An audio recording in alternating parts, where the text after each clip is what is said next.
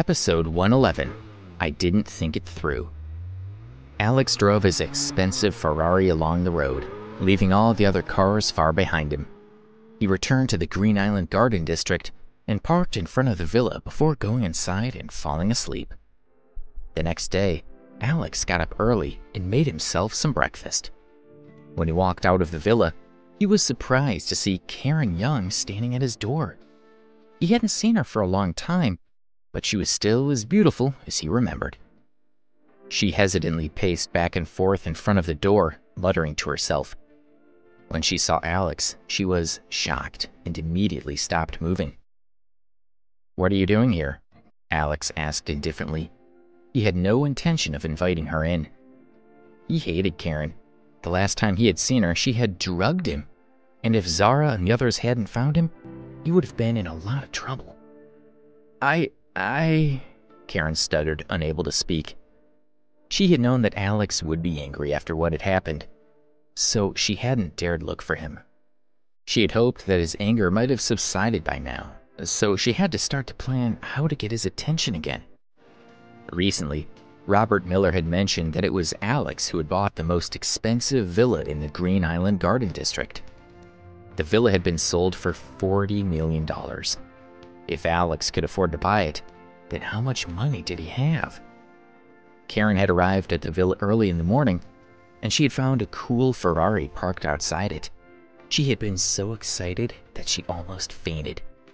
She had been practicing what to say to Alex when he had stepped out the door. The moment she had seen him, she had forgotten what she'd planned to say. "Well, if you have nothing to say, then please don't loiter in front of my house," Alex said, turning to walk away. "Alex, I wanted to apologize to you," she said, walking over to him. "I'm sorry, I was in the wrong, and I shouldn't have drugged you." Karen was a smart woman. Alex already knew that she had drugged him, so there was no point in denying it. If she lied again, he would be disgusted with her. So it was better if she admitted it. "Fine, you've apologized. You can go now," Alex said, his attitude softening a bit. Karen had admitted to her mistakes, which redeemed her a little in his eyes. "Alex," Karen said, raising her head and looking at him with a serious expression, "when I drugged you, it was because I was forced to." "So someone was pointing a gun at your head and forcing you to drug me?" he asked sarcastically. "No, Alex, please listen," she said, shaking her head. "I asked you to pretend to be my boyfriend to make James give up on me. I thought James would be angry after he found me on a date with you. I never expected him to be even more determined to be with me, and I panicked. I thought that if I took things further, he wouldn't be able to accept it, and he'd leave me alone." "So you decided to drug me?" Alex asked in a flat tone. Karen lowered her head and nodded. "Please don't be angry," she said. "I know it was stupid, but I was worried that if you'd known my intentions, then you wouldn't have agreed to the plan. All I wanted was for James to give up on me, and I didn't think it through properly, so I drugged your wine." She sighed. "But don't worry, nothing happened. I just wanted to act out a sexy scene with you to make it look good. When Zara and James arrived, I was happy because I thought it had worked, but I didn't consider your feelings. It was only when I saw how upset you looked that I realized I'd done the wrong thing." After hearing Karen's explanation, Alex didn't hate her as much. She hadn't planned to trick him. She just hadn't considered the consequences of her plan. "I've been feeling so guilty," she said. "You're such a good man, and regardless of what I meant, I didn't ask for your permission. I just used you to achieve my goal, and that was a mistake and disrespectful to you." She hung her head. "I came to ask for your forgiveness. I'm sorry." "It's fine," he said, believing that she was sincere. "It's not that serious. I forgive you. So now you can go." "No, Alex, you're being far too lenient," she said.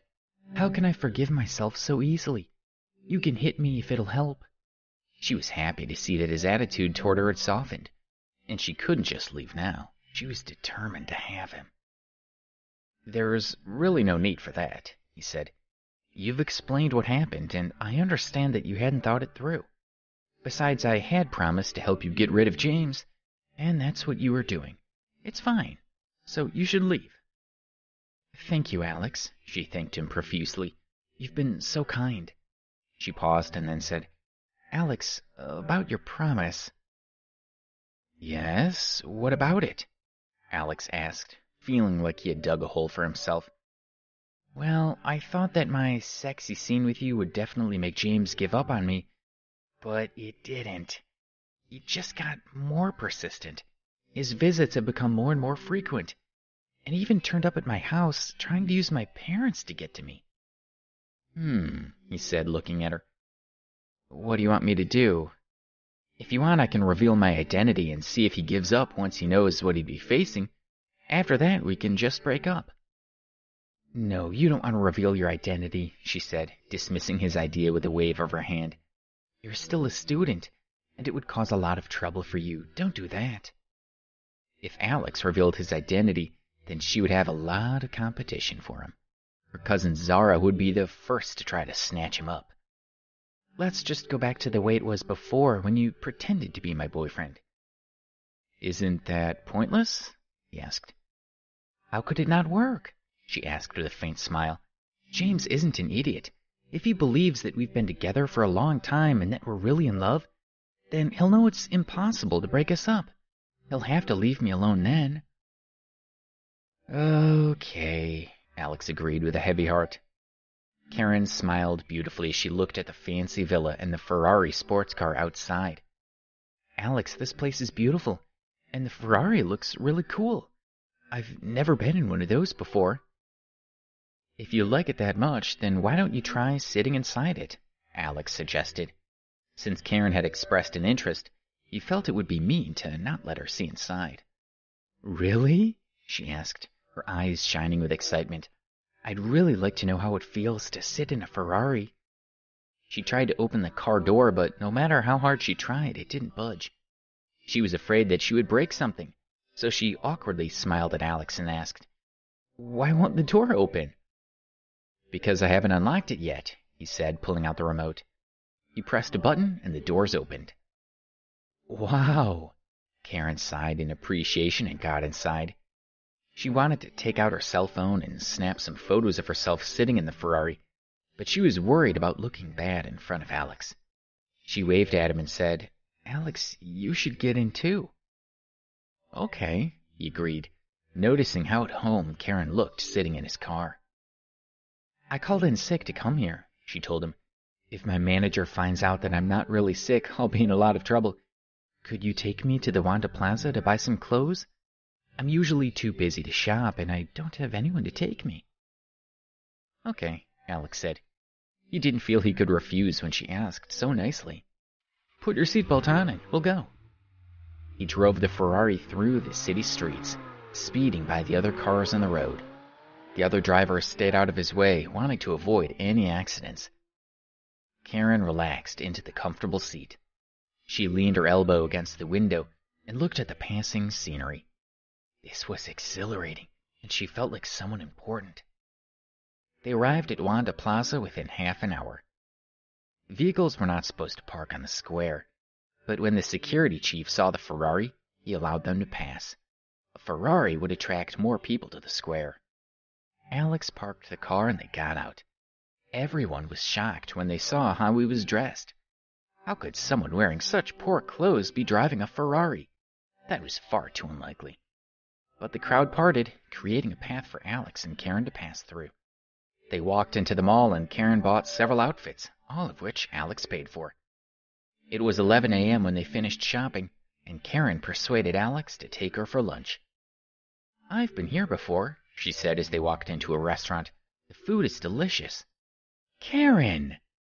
Just as they walked inside, a woman's voice called out.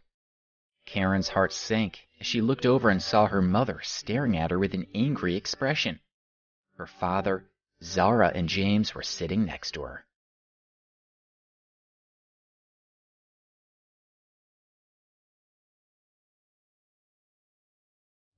Episode 112, Taking a Sick Day. "Get over here!" Karen's mother Allison shouted as she slapped her hand down on the table. Karen was so startled that she jumped. "Alex," Karen said, glancing timidly at him, "those are my parents. You can leave if you want to." He simply smiled and calmly walked over with her to the table. Alex knew that if he left, Karen would be in even more trouble. And since he had already promised to help her get rid of James, this seemed like a good opportunity to achieve that. Her parents glared at them as they approached. "Why aren't you at work?" Allison demanded anxiously, pulling Karen to stand beside her. "What are you doing here?" "I called in sick," Karen whispered. Her parents had always been very strict, and even now, she was afraid to stand up to them. "What?" Allison asked, feeling anxious and angry. Her daughter should get back to work. "Didn't you tell me that your bank is undergoing some personnel changes and that you have a good chance of being promoted? And weren't you in line for a huge bonus? So why are you pulling a stunt like this?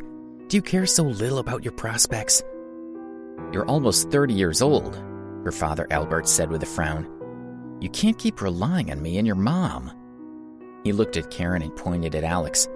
"You lied to your boss and to your family just to date this kid? Is it worth it?" Karen lowered her head as her parents scolded her. When her father spoke about Alex, she sneaked a glance at him, afraid that he would get angry. "Look at him! What did I do to deserve a daughter like you?" Albert raised his hand to slap Karen, but Zara and James stopped him. "Mr. and Mrs. Young, don't be angry," James said, trying to smooth things over. "Karen hasn't been caught, so there won't be any problems with her promotion or her bonus." "Not this time," Albert said, looking at Alex. "But if she doesn't break off contact with this kid, she'll definitely end up in trouble. At some point, her luck will run out and her boss will catch her." Alex was speechless. He hadn't even done anything. Karen's father was a weirdo. Karen just stood there, sniffling pitifully and feeling wronged. "Karen, you can't blame your parents," James said, standing and walking toward her. "They're just looking out for you." He put his hand on her shoulder to comfort her. "Get lost!" Karen yelled, violently pushing him away and glaring at him. "Why are you eating with my parents? I already told you there's nothing between us, and I was very clear that there is no way we will ever be together." "How dare you!" Allison said, standing abruptly and slapping Karen hard on her bottom. "Why shouldn't James eat with us? If it's so impossible for you to be with James, then who do you plan on dating?" Albert knew how important James was. His family was very powerful, and Karen was lucky to have caught his eye. James was the best choice for her, and yet his stupid daughter had rejected him. After her mother hit her, Karen's temper boiled over. She knew that her parents had urged her to be with James because of his wealth, but they didn't know that James was nothing compared to the young man they were insulting. She had made the right choice, so she wasn't going to back down. No matter how much her parents hated Alex right now, she was going to marry him.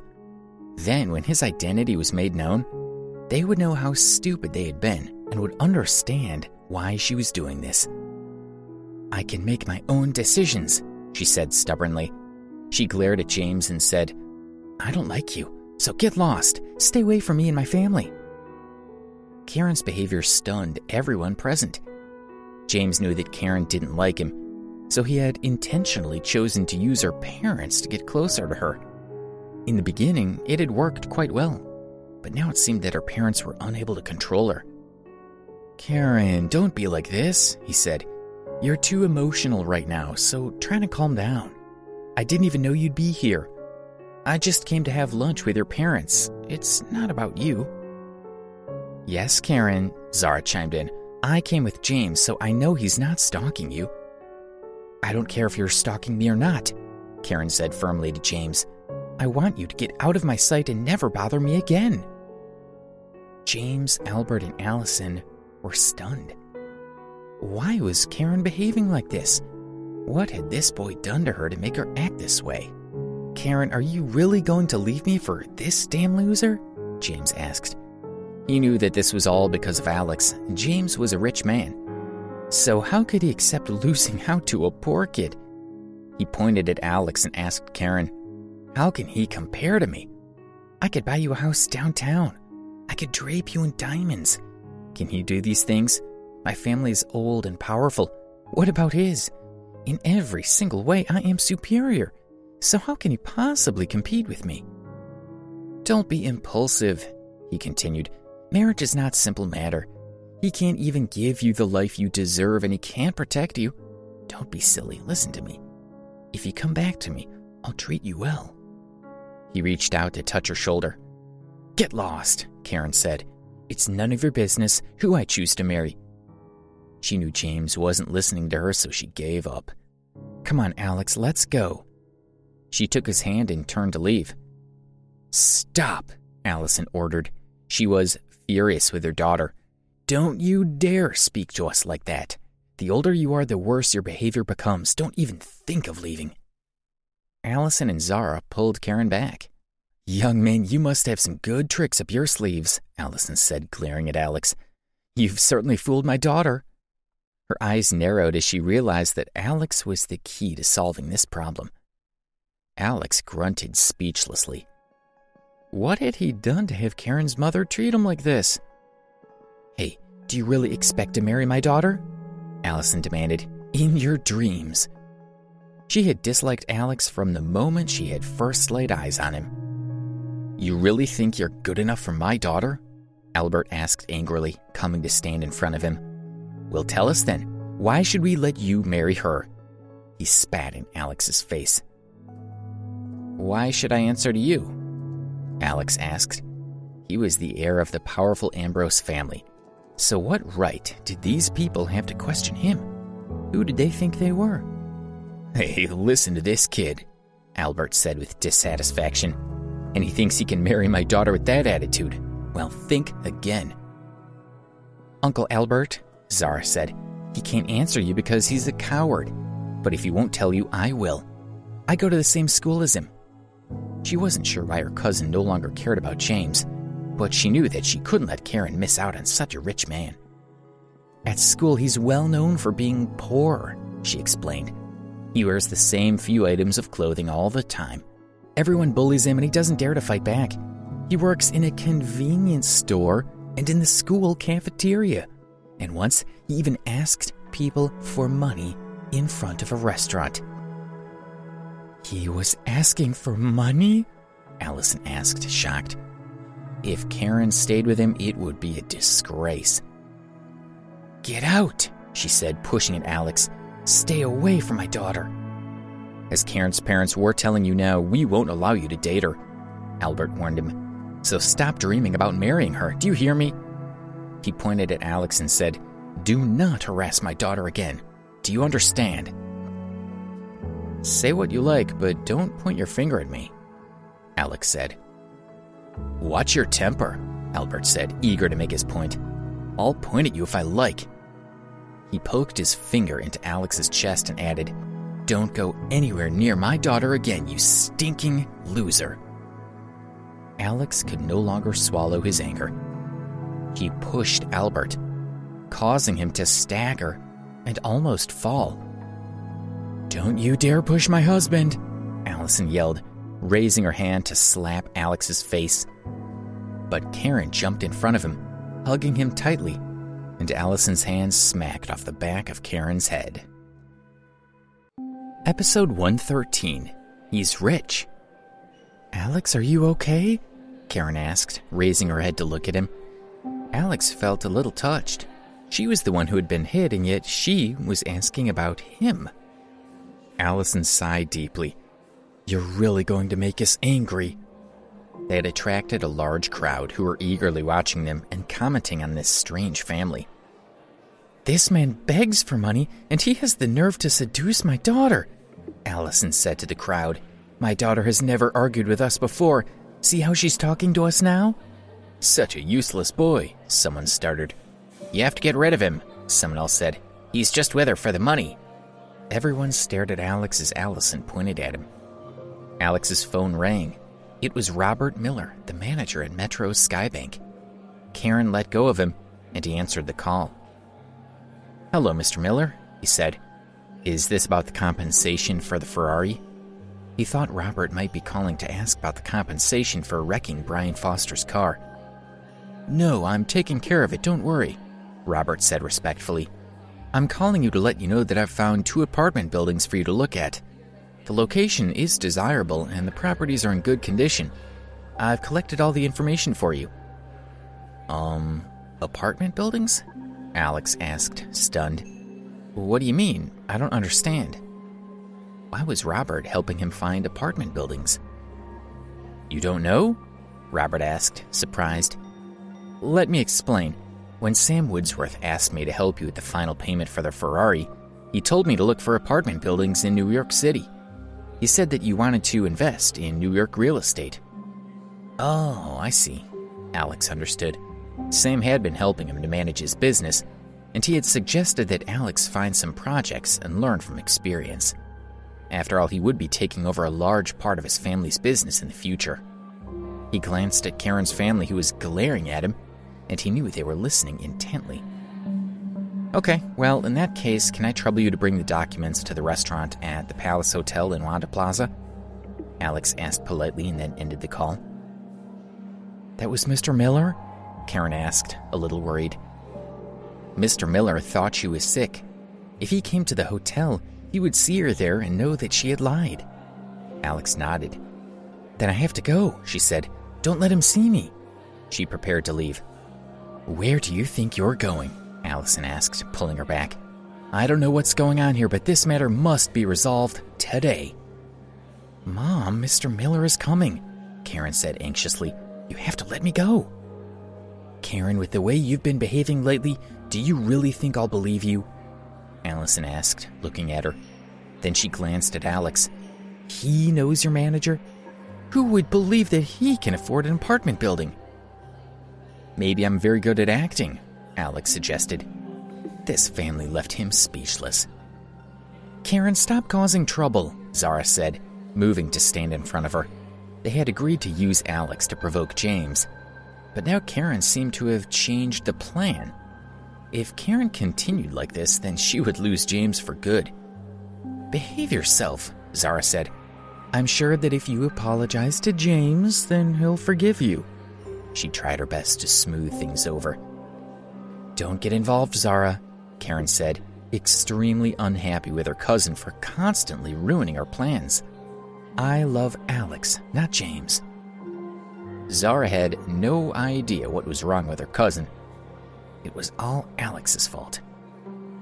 "Alex," Zara said angrily, stalking over to him. "How did you do it? Have you hypnotized my cousin? Do you think you're good enough for Karen? Don't you care about her future? Promise me right now that you will end your relationship with her." She had never had a problem ordering Alex around. Usually Alex would let Zara win, but this time he couldn't do it. With Karen's parents treating him so badly, he had no intention of giving in to them. More importantly, he had promised to help Karen get rid of James. And if he gave in now, all their efforts would be for nothing. Karen didn't like James, and Alex wasn't going to abandon her to him. He turned a deaf ear to Zara's words. "Stupid loser, are you deaf?" Zara shouted at him. She frowned and raised her hand to slap his face. She had slapped him in the past, and he hadn't fought back. But this time, Alex grabbed her hand. "Don't even think about it," Alex said with dissatisfaction. "Let go, you loser!"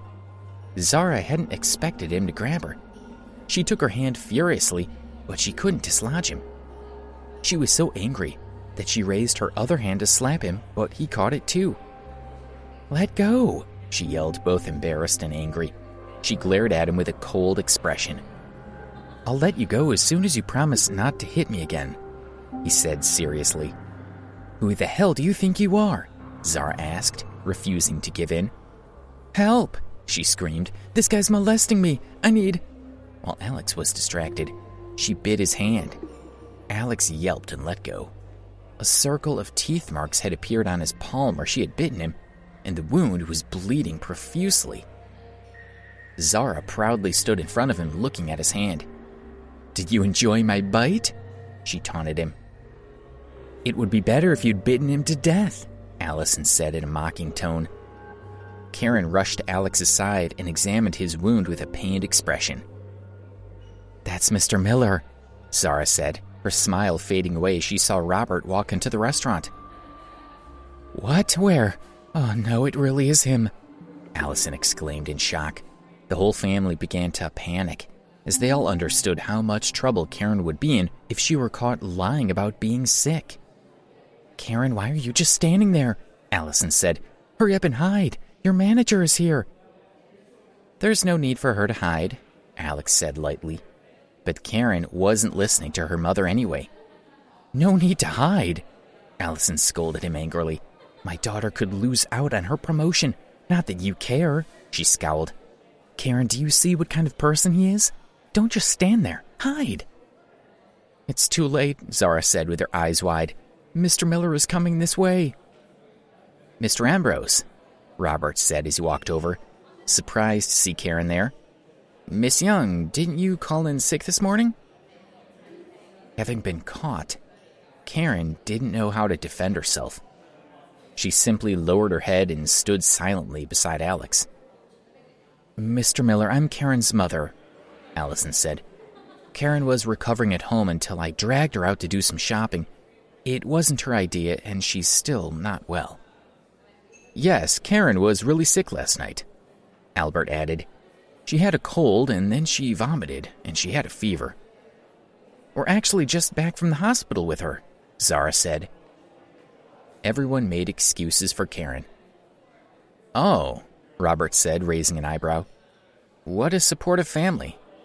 So Karen is sick, and your whole family took her to the hospital, and then you all decided to go shopping.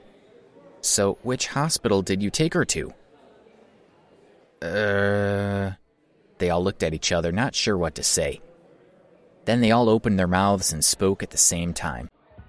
"New York General Hospital, the Western Hospital, the Northern Infirmary, Eastside General." They all looked at each other in annoyance. Why couldn't they get their story straight? "Amazing," Robert said with a mocking smile. "She just has a cold, and yet she needed to visit 4 separate hospitals?" "Well, Mr. Miller, you see," Allison said, trying to recover from their mistake. "No need to explain. I already know what's going on here," Robert said, refusing to listen to her excuses. Allison's heart sank, and everyone else looked worried. Karen had thrown away her chance for a promotion. "Mr. Miller?" Alex said. "Yes?" Robert asked, his attitude immediately improving. "I needed some company, and I asked Miss Young to come for a stroll around the city," Alex said politely. "I apologize. I hadn't realized this would violate your rules." "Oh?" Robert was shocked. He wasn't sure what Alex meant. Karen had been standing beside Alex the whole time and hadn't spoken up. "Well, if that's the case, then I'm sure this was just a misunderstanding," Robert said, smiling awkwardly. He looked over at Karen and asked, "Miss Young, are you feeling better? I'm happy to see you taking such good care of our client. I hope you'll continue to work hard, and I'm sure you have a bright future." Everyone gaped in shock. They didn't understand what was going on. They were all stunned. What was this all about? Alex, that loser, had explained it all away with just a few sentences. Why was Mr. Miller being so deferential to a poor student from Preston University? "Mr. Ambrose, please take a seat," Robert said. "I have some details on those 2 apartment buildings I mentioned. Why don't you take a look? According to my estimates, they should cost around $125 million. Karen's family stared in shock. If Alex had said he wanted to buy an apartment building worth $125 million, they would have thought it was a joke. But it had been Mr. Miller who said it. As the manager of Metro Sky Bank, Mr. Miller wasn't joking around with Alex, and that meant that they were serious about the $125 million. Allison gasped when she thought about it. Could Alex have that much money? Episode 114, Making Decisions. "I don't know much about this sort of thing," Alex said, as he carefully flipped through a few pages of the information Mr. Miller has provided. He couldn't understand many of the words on the pages, so he stopped trying. Since these 2 apartment buildings are in New York, then why don't we go and take a look? Absolutely, that's a good idea, Robert said, gesturing toward the door. Alex stood up and glanced at Karen. I have some things to attend to right now, he said, so I'll have to leave you here. I'll talk to you later. He still wanted to help Karen get rid of James, and now that her family knew that he was rich, he believed that James wouldn't dare to harass her again. Okay, Karen said, smiling. She had almost forgotten that Alex was supposed to be helping her to get rid of James. Let's go, Alex said, and then he walked out of the restaurant with Robert. Karen, why didn't you tell us that he was so rich? Allison asked, stunned. Zara quietly followed Alex and Robert outside. No one was more shocked than she was. How could Alex, the loser she had picked on, suddenly have so much money? It couldn't be real. Alex was now irresistible to her. Seeing Zara leave, Albert and James followed. Alex left the shopping mall chatting with Robert. When they reached his car, they found it surrounded. Some people were taking pictures with their phones, while others were video chatting. A few were doing live broadcasts. Mom, look, it's a Ferrari, someone said, and it's the top model. There's a Ferrari parked in Wanda Square, someone else said. I don't know much about cars, but I know this Ferrari is awesome. I can't wait to see the owner of the car. He must be so cool. I don't think I'll be able to stop myself from kissing him. Alex frowned as he walked toward the car. Everyone wanted to look at the Ferrari, and nobody was willing to let Alex pass. He had to fight to get to his car. Please move aside, he said loudly. I'm leaving. Then go, who's stopping you? A woman said, annoyed at him. Why are you yelling? Don't you have any manners? If you don't move away, how can I drive the car out of here? Alex asked, causing everyone to burst out laughing. What? You're trying to say that this Ferrari is yours? The woman looked at him mockingly. Then she turned her phone toward Alex. Baby, look, this guy actually said that the Ferrari is his. Isn't that funny? If he drives this Ferrari, then I fly a spaceship. This guy's insane. How could this car possibly belong to him? Someone called. Look at what he's wearing, another man said. He'd be lucky to have a bicycle, and he's claiming to have a Ferrari. It's hilarious. He's crazy. Everyone was pointing at Alex and sneering at him. He shook his head helplessly. These people were like insects to him. How dare they speak to him like that? Whirlwind, activate! Alex shouted at the Ferrari. The day before, he had named the car Whirlwind and set up voice commands. Yeah, he's definitely crazy, someone yelled. What are you shouting? A woman asked. What are you trying to achieve? While everyone was talking, the Ferrari slowly backed away. A girl had been leaning against the car as she did a live broadcast, and she now found herself falling backwards. Rotate on the spot, Alex shouted. This time the Ferrari's engine started to roar as it began to spin rapidly. Everyone was scared, afraid that the car would hit them, so they ran away. Alex was left standing there, knowing that he had full control. If the Ferrari didn't respond as it should, then the company would be in a lot of trouble. Stop, he said, and the car stopped. He pressed the control and the door opened.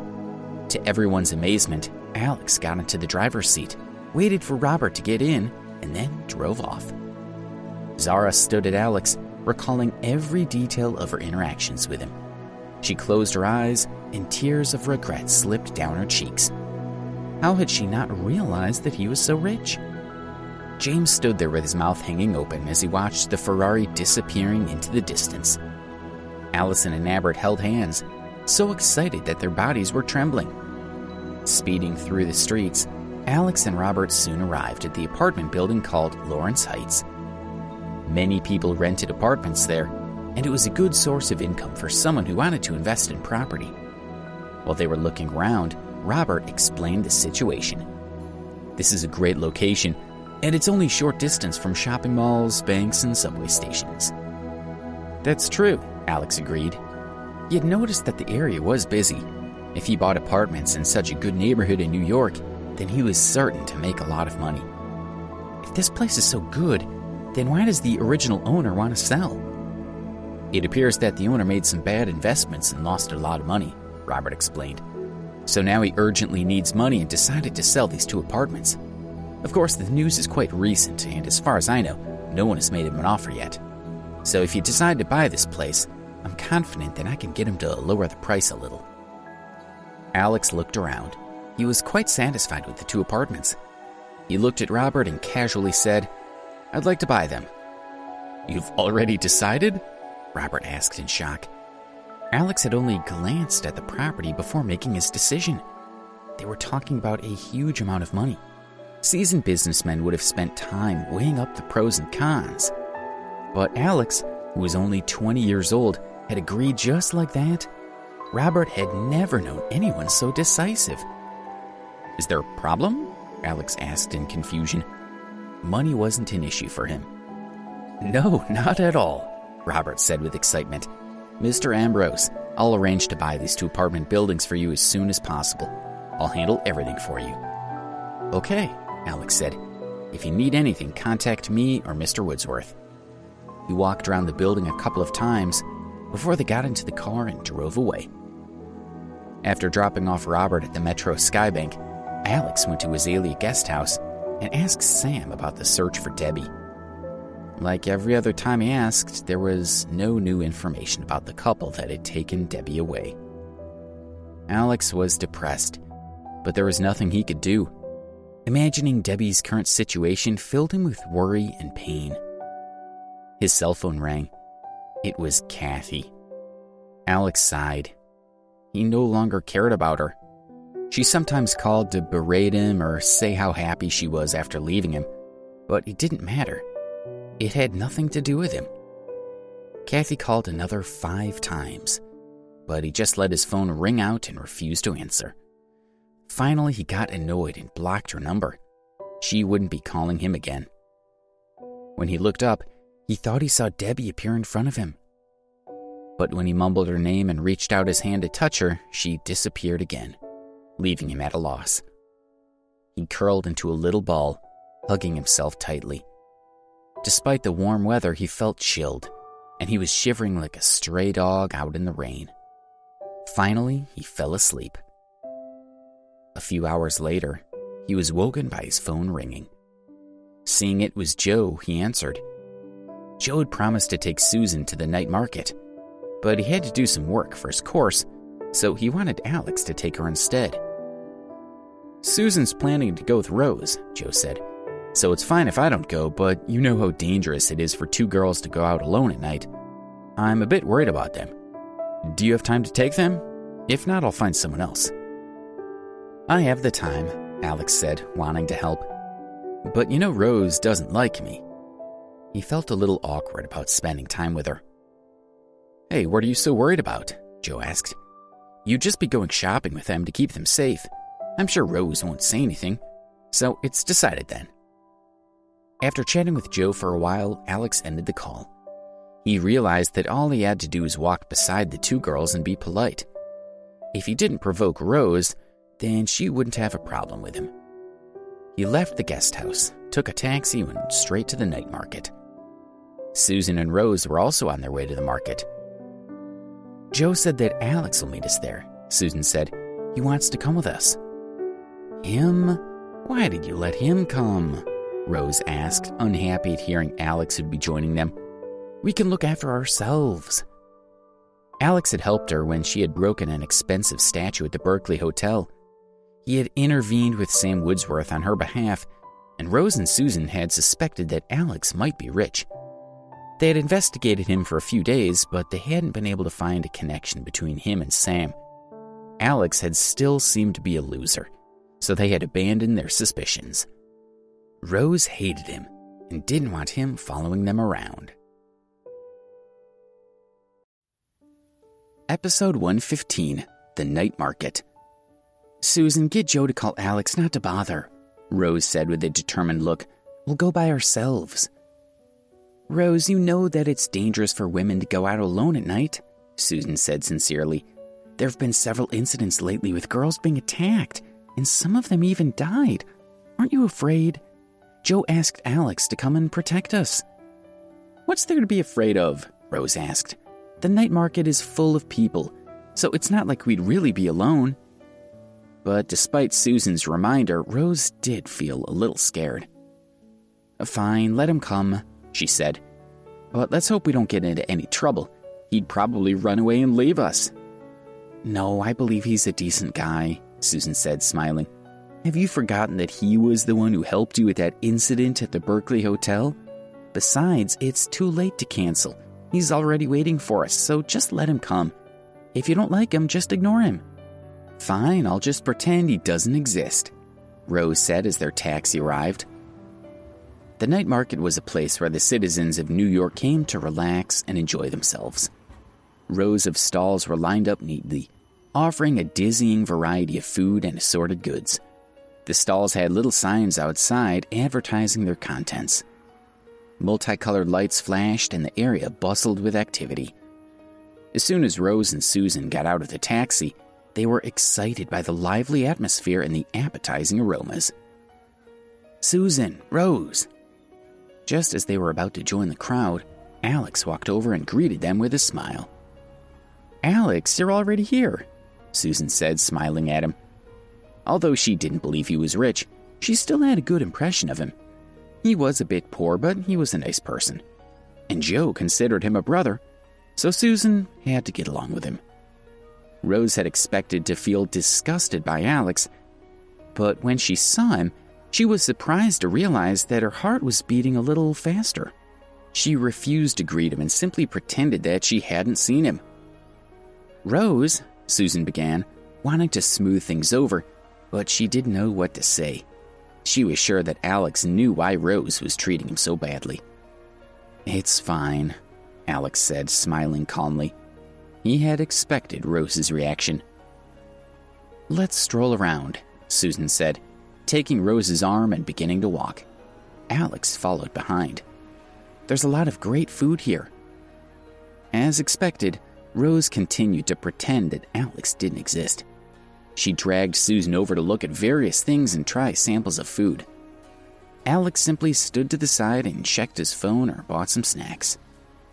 Rose and Susan strolled along the road until they came to a small, well-lit stall with a lot of people gathered around it. Rose pulled Susan toward it. Inside were several displays with countless small and exquisite pendants. There were a variety of semi-precious stones in all sorts of different shapes. Rose and Susan were overjoyed. They liked those small items. They each picked a few things and asked questions about them. In the end, they each chose one of the cheaper ones. Alex, come over here, Susan called when she saw him standing by himself outside the stall.